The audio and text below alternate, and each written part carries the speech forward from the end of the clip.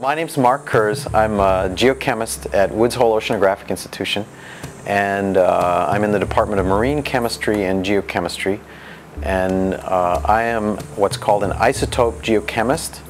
That's a combination of geology and chemistry, and someone who specializes in the use of isotopes to study the Earth and other things. My interest in Antarctica has to do with cosmogenic nuclides, which are atoms produced by nuclear reactions with cosmic rays produced at the Earth's surface. The cosmogenic nuclides, since they're produced in an approximately constant rate, can be used as essentially a dating technique for landscapes. And the interest has been in using these cosmogenic nuclides to date surfaces. And Antarctica is a great place to do that because there's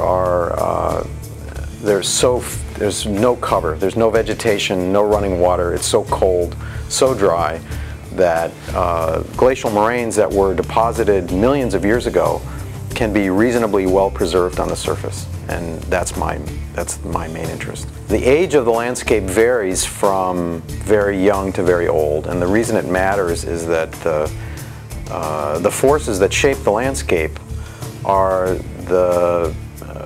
basically changes in climate often, because the glaciers advance and retreat and shape the landscape when they advance and when they retreat, sometimes leaving behind traces like glacial moraines, which is just a boulder belt in some cases, a line of boulders where you can trace the position of the ice sheet.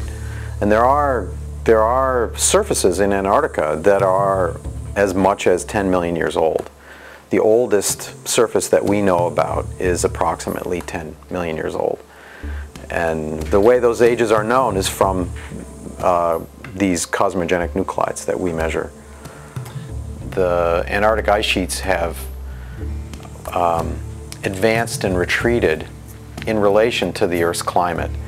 And climate scientists are interested in what drives the climate for the obvious reason that it would be important to predict what influence humans are going to have on the climate. And what the impacts will be on humans, for example, sea level rise.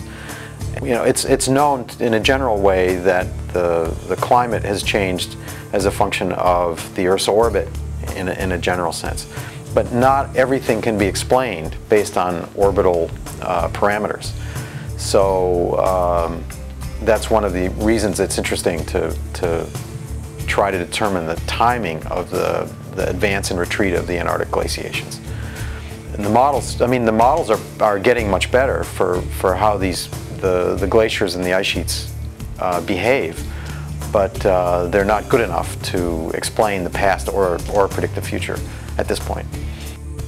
My first impressions of Antarctica were really of an impression that it's such a fantastic place, unlike any other place on the planet, because there's so much ice.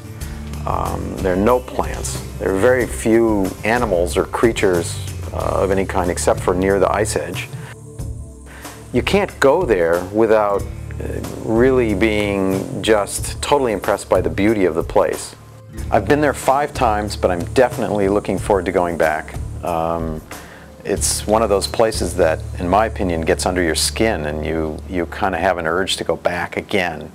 So I'm very anxious to see it again.